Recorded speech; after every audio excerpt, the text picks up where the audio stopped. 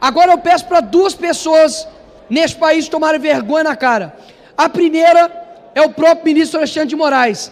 Você é um mau caráter, mentiroso, uma pessoa fraca, você é um covarde, se esconde por detrás de uma toga, porque você sabe que você não tem liberdade alguma de andar nas ruas do Brasil, porque você é uma pessoa não grata aqui nesse país, que tem colocado pessoas na cadeia meramente para os opositores políticos. E deixo uma pergunta para esse tal ministro: o que será mais que esse cara fez durante as eleições presidenciais de 2022? Porque eu acho, Van Hatten, Zanata, que estão aqui, de que eu ainda posso perguntar: o que aconteceu durante as eleições de 2022 com o ministro Alexandre de Moraes como presidente do Tribunal Superior Eleitoral? Porque até o devido momento eu não vi ele dizer uma linha sobre as eleições da Venezuela. Pelo contrário, deixou de acompanhar e retirou as pessoas que iriam acompanhar.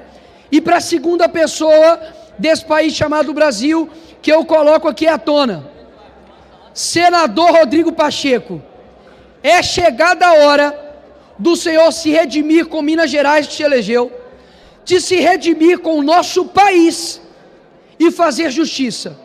O senhor que é todo pomposo para poder falar sobre direito, faça o direito e a Constituição do nosso país valer agora. Porque afinal de contas, um juiz que extrapola as 4 linhas da Constituição, um juiz que declaradamente deixa claro que ele mesmo poderia até mesmo fazer os relatórios, caso fosse necessário, e que os seus próprios assessores admitem em mensagens, em áudios, de que eles precisavam fazer todo esse trabalho sujo sem estar na conta do STF. Ou seja, vamos maquiar tudo aqui para, se caso der ruim, isso fique parecendo que nós fizemos o rito normal, ordinário, democrático. Ou seja, senhores, a defesa da democracia, o rito processual, a legítima defesa, literalmente foi para o ralo. Então, não me espanta de que a esquerda esteja calada, não esteja comentando, mas eu dou um aviso: aqueles que são amantes de ditadores, logo mais serão vítimas dela.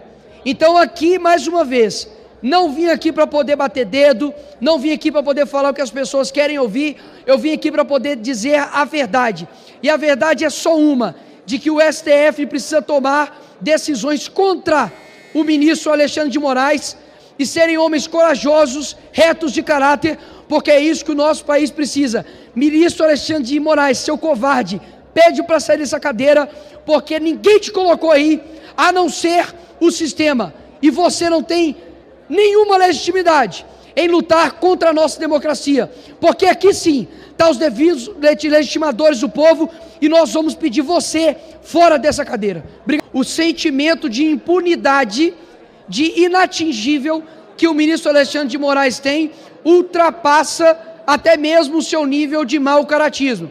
Afinal de contas, o ministro Alexandre de Moraes, a partir da data de hoje, mais do que nunca, precisa se tornar suspeito em qualquer processo que envolva pessoas de direita, bolsonaristas, do dia 8 de janeiro, com relação à anistia. Afinal de contas, já se demonstrou que ele fazia os relatórios.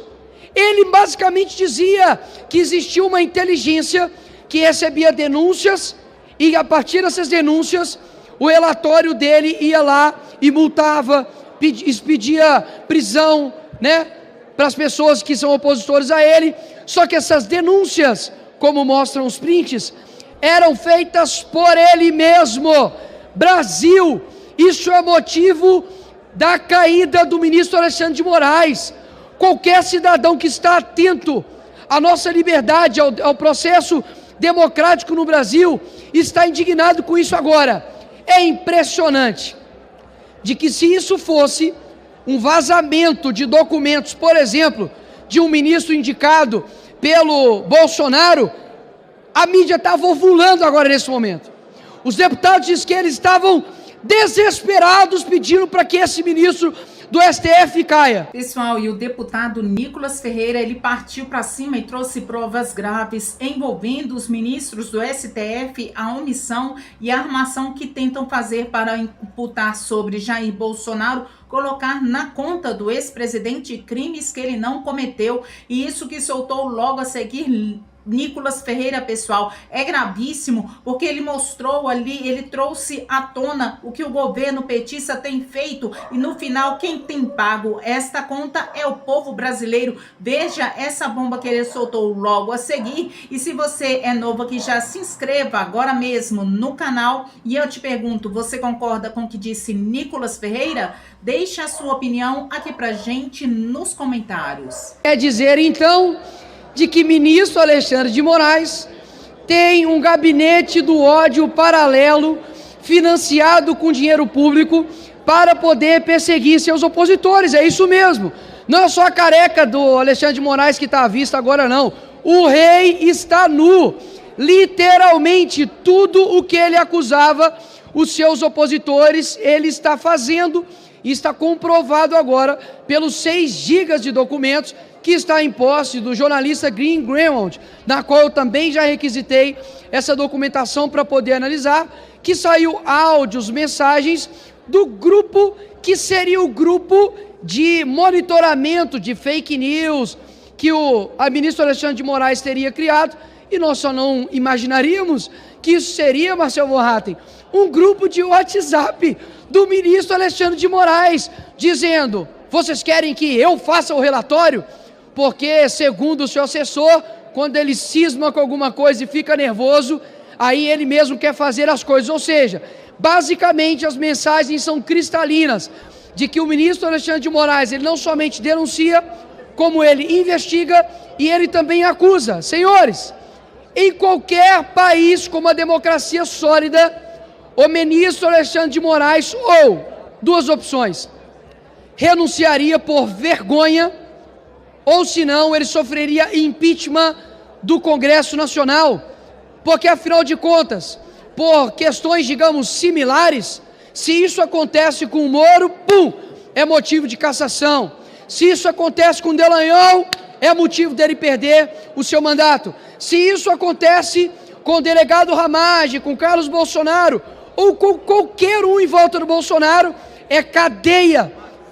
E eu confesso para os senhores que o meu sentimento é de que vai dar uma confusão aí na internet, pessoas que estão atentas ao quão grave é isso vão falar, mas não vai dar em nada. Afinal de contas, parece que está tudo bem, parece que o senhor é ministro da Suíça, parece que de fato vocês pintam um Brasil que não existe. Só que quem sofre lá na ponta não consegue dar essa risada. Então, assim, confesso, ficam exigindo de mim maturidade em diversos momentos, mas estão aqui, de fato, brincando de fazer política, pô. Estão brincando com a vida das pessoas. Afinal de contas, não são vocês, né? Que fala muito, né, sobre as pessoas mais necessitadas, quem mais vai ser impactado com isso, só que não está lá na ponta, para poder ver o preço de fato das coisas. E se fosse no governo anterior, estariam fazendo um alvoroço. Que problema, se seja A ou B, a coisa não está legal. E a coisa não está legal, e quem sofre as consequências são de fato as pessoas mais pobres, mais necessitadas desse país. Agora é simples mesmo ficar rindo aqui, ficar como se não está tudo bem, está tudo certo. São deputados ou empregados de marketing para poder ficar defendendo um governo a qualquer custo? Poxa, eu preciso provar aqui em algum termo técnico sobre como está a economia, tá de sacanagem, né? É um imposto a cada 37 dias, é só aumento de imposto. Esse governo até agora não apresentou uma medida de corte, ministro. Uma medida do tipo, olha, nós vamos ter responsabilidade aqui, é o dinheiro das pessoas, sabe? Isso aqui impacta outras vidas, não é só quem está lá em cima, né? Como o senhor disse com o IOF, que é em cima só lá do... Como o senhor citou, perdão? Quem está em cima do apartamento, né, lá da sacada do apartamento. Ou seja, não é isso. São pessoas comuns que estão sendo, de fato, destruídas por conta de um governo que não tem nenhum tipo de responsabilidade fiscal. Por exemplo, quando você disse, peguei aqui, que o aumento do IOF e as coisas que mexem com o mercado financeiro apenas afetam moradores de cobertura. como se as pessoas de classe média, né, não conseguissem ter acesso a investimentos e como somente o custo geral das coisas não impactasse os preços. O Brasil, por exemplo, tem a maior arrecadação do que a média do G7 e maior que a média dos países emergentes. Como que um governo pode ser tão... A palavra que me vem à mente é somente incompetente mesmo, de continuar com o rombo fiscal, aumento de imposto toda hora. Vocês têm um aumento recorde de arrecadação.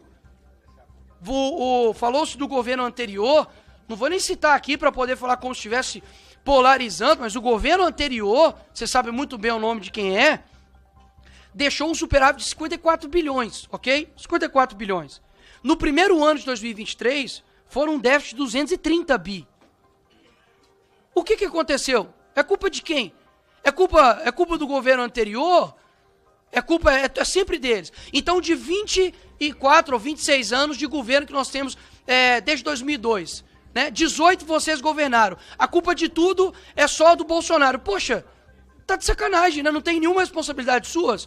Porque, eu confesso, existem erros em qualquer instituição, porque todo ser imperfeito não vai conseguir criar uma instituição perfeita. Agora, vocês quererem sempre botaram-se aqui a culpa do INSS só no governo anterior. Engraçado, né? Aconteceu os problemas desde 2006, no 2013, 2006, os relatórios. Quem era o presidente em 2013? Era PT, pô. 2013, PT. Aí eu te pergunto, então lá aconteceu, no Temer é culpa do Temer. Acontece na época do Bolsonaro, é culpa do Bolsonaro. Acontece no governo Lula, é culpa do Bolsonaro? Isso não faz sentido lógico. O que eu peço, senhor ministro, de fato, todo ministro que vem do Lula aqui, enfim, é a mesma coisa. Você pinta um Brasil, de fato, inexistente. Eu só peço o seguinte, eu sei que não dá para poder contar com a boa vontade de vocês, porque, de fato, não há responsabilidade fiscal nenhuma. Mas vocês falam tanto nessa questão de não ser polarizado, não ficar defendendo só um lado porque tem que ser o certo a todo custo, mas vocês estão fazendo isso, poxa. Sai na rua. Sai na rua. Vai lá onde eu nasci, vai lá comprar um mercado, vê se está tudo ok. Poxa, realmente, isso aqui é um teatro muito gigantesco e sobre qualquer custo, vocês querem pintar uma imagem de um partido que tem destruído o Brasil. Lamento muito pelo clima aqui feliz. Eu tenho tido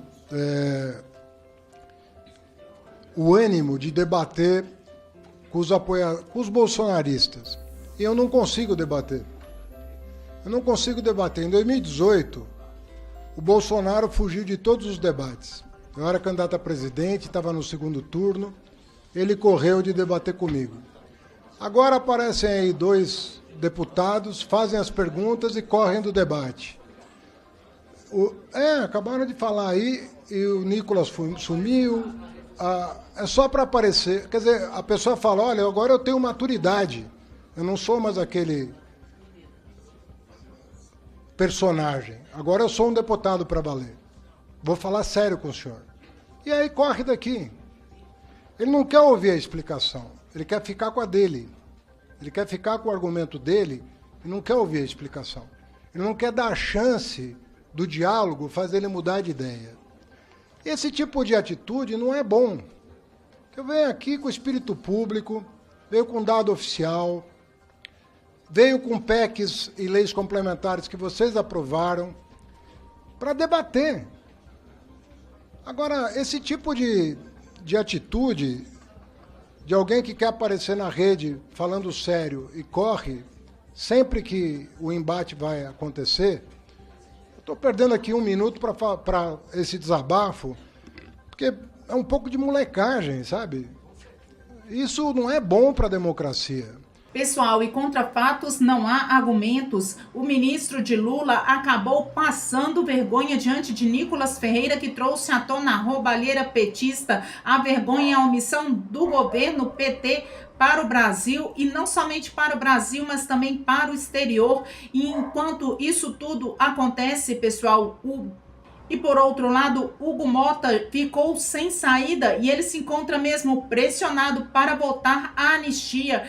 E segundo a notícia, Hugo Mota diz a líderes que pautará a anistia a 8 de janeiro. Presidente da Câmara, que deve levar ao plenário um pedido de urgência. A expectativa, porém, é de que a proposta seja derrotada, abrindo caminho para a versão light de Alcolumbre. Pessoal, isso é um absurdo e o povo brasileiro precisa reagir, porque o que a gente está vendo é uma armação aí da esquerdalha para não permitir com que esse PL da anistia seja pautado e seja votado, pessoal. Segundo ainda esta notícia, o presidente da Câmara dos Deputados, Hugo Mota, sinalizou em reunião com líderes partidários que pretende colocar na pauta da casa, ainda nesta semana, o pedido de urgência do projeto de lei que concede anistia aos investigados e condenados pelos atos golpistas de 8 de janeiro de 2023, apresentado pelo deputado Sóstenes Cavalcante, do PL.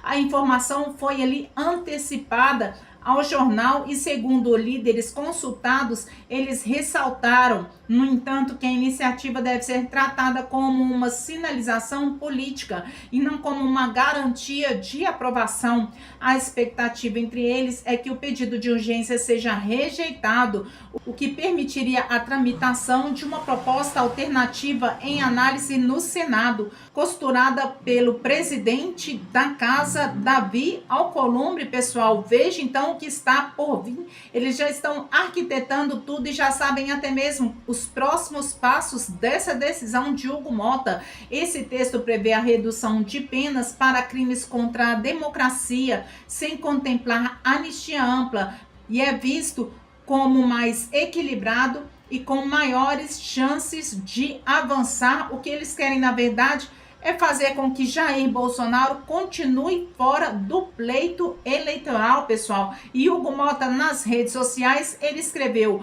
após reunião do colegiado de líderes, informo que pautaremos a MP 1300 de 2025, que mantém a isenção de conta de energia para famílias em vulnerabilidade social, e também pautaremos a PEC 3 de 2021, matéria que fortalece a atividade parlamentar e que foi definida pela maioria na representação do colegiado de líderes. E amanhã convocarei nova reunião de líderes para deliberar sobre a urgência dos projetos que tratam dos acontecidos em 8 de janeiro de 2023. Pessoal, essa notícia com certeza pode mudar o rumo de tudo. Ao mesmo tempo que Hugo Mota tenta aí pautar a urgência do PL da anistia, ele já pensa aí que será rejeitado e que o que será realmente votado é aí a sugestão de Davi Alcolumbre. Por isso nós precisamos estar bastante atento no que acontece na política do Brasil. O povo não pode mais ser enganado. E se você é novo aqui, eu já te peço que se inscreva agora mesmo no canal e deixe a sua opinião sobre esse tema aqui pra gente nos comentários. E até o próximo vídeo.